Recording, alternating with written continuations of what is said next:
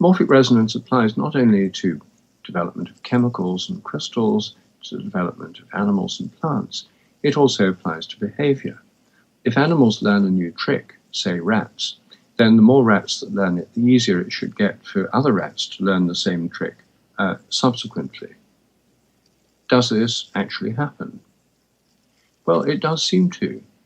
In the 1920s, some classic experiments on rats done at Harvard showed that if you train them to escape from a water maze, subsequent rats, their children, escape quicker than their parents. They make fewer errors. The next slide shows the results of one of these experiments at Harvard, which went on for 22 generations. The first rats were making an average of more than about 230 errors before they learned always to go to the correct exit. If they went to the wrong one, they got an electric shock. Their children learned quicker, they made fewer errors, and so on, until they got down to about 25 errors, about 10 times quicker. This was so surprising and unexpected that this work was repeated in Melbourne, Australia, and in Edinburgh, Scotland.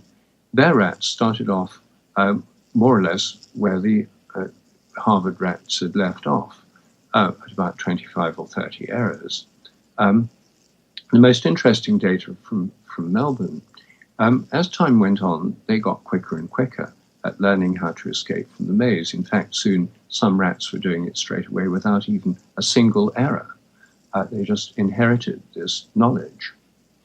Now, was this what we now call epigenetic inheritance, some modification of the sperm or the eggs or the cytoplasm of the egg cell? Or was it a morphic resonance effect? Well, the way to find out is to do a control experiment where you test rats whose parents had never been exposed to this particular task. And that's what they did in Australia. And what they found was that all rats of that breed were getting better, not just ones who had trained parents. Now, that's just what you'd expect with morphic resonance. I think something very similar happens with humans. It should be getting easier for humans to learn computer programming, to learn skydiving, to learn snowboarding, or any of the new skills that are coming up in the modern world, both intellectual and manual skills and also the physical skills that have been arising through this tremendous burst of creativity over the last 100 years or so in sports. Are they getting easier to learn? Well, most people I've talked to who teach these things are pretty convinced that they are. But we can't say that this is a morphic resonance effect without somehow teasing out the other factors that influence it: videos, better sports equipment, better training methods, etc. To test for morphic resonance, we need to look at something that's been done repeatedly in the same way, where there are accurate records. In the 1980s, I realized that this is a good test for this would be IQ tests, which were developed around 1918 and have been done in much the same way ever since. I predicted that people should be getting better at doing IQ tests. The average score should be going up, not because people are getting smarter, but just because so many people have already done these tests. It turns out that exactly that's been happening. This effect was discovered by a psychologist called James Flynn, and it's now called the Flynn effect. The next slide shows the Flynn effect with IQ data from the United States, showing a more than 30% increase in average intelligence during the 20th century. Well, there's no other evidence to suggest Americans are getting smarter, or anyone else for that matter, because similar effects have been found in Britain, Germany, Japan, in fact, all over the world. The tests are just getting easier to do, and attempts to explain this by psychologists have largely been unsuccessful. Flynn himself has come up with incredibly complex explanations that involve the whole culture changing, virtually untestable explanations. But he confesses himself baffled by this. Well, I think morphic resonance provides a very simple explanation for this. It's just what the theory predicts. And it's just one of many possible tests in the realm of human learning and behavior. Well, I think that morphic resonance is going on in all realms of nature, chemistry, physical, biological, behavioral.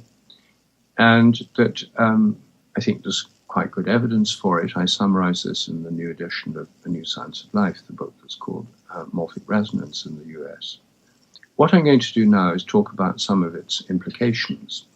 First of all, it has major implications for inheritance. It suggests that a lot of the form and behavior instincts that organisms inherit are inherited not through the genes, which just code for proteins and the control of protein synthesis, but rather through morphic resonance, through morphic fields, through morphogenetic fields and behavioral fields.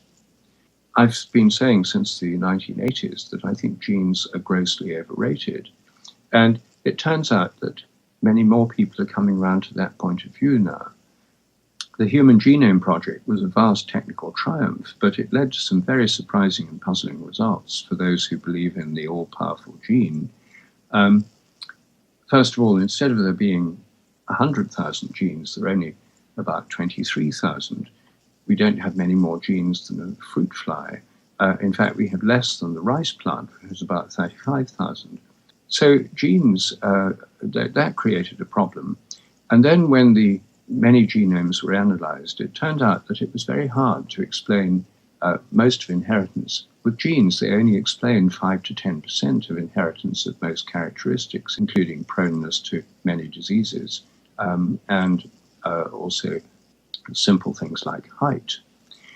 The gap between what can be explained with genes and what's inherited is now called the missing heritability problem. It's a major crisis within biology. And I think this is exactly what you'd expect on the basis of morphic resonance. Morphic resonance depends on similarity, and the organisms that would be most affected by it would be identical twins because they're the most similar. This hypothesis predicts that if one twin learns something or does something, the other twin, even if separated soon after birth, they should be more likely to do the same thing. I think a lot of the evidence based on identical twins separated soon after birth showing remarkable similarities is really evidence for morphic resonance. Right now, it's taken to be evidence for a very strong genetic determinism. It must be in the genes because identical twins separated soon after birth show the same characteristics. I don't think it's evidence for that at all. I think it can be interpreted quite differently, as I say, in terms of morphic resonance. Perhaps the most radical implication, though, of this similarity of morphic resonance is when we ask the question, who in the past was most like you? If you think about it for a moment, you'll see the organism in the past that was most like you is you. We're all most similar to ourselves in the past, more similar than to any other person or organism. Therefore, the most specific resonance working on us from our past will be self-resonance. And I think this is the basis of memory. The usual assumption, of course, is that memories are stored inside the brain and that they're somehow in modified nerve endings or chemicals, phosphorylated proteins, for example. But attempts to find these long-term memory stores have been remarkably unsuccessful, and I think there's a simple reason. They're not there. The brain's more like a TV receiver than a video recorder tuning into these memories. Of course, if you damage the brain, you can get loss of memory. But that doesn't prove the memories are in the bit you've damaged. If I damage your TV set, I could affect the pictures or the sounds that the set produces, but this wouldn't prove they're all stored or contained within the set. It just shows those bits of the set are necessary for tuning into them.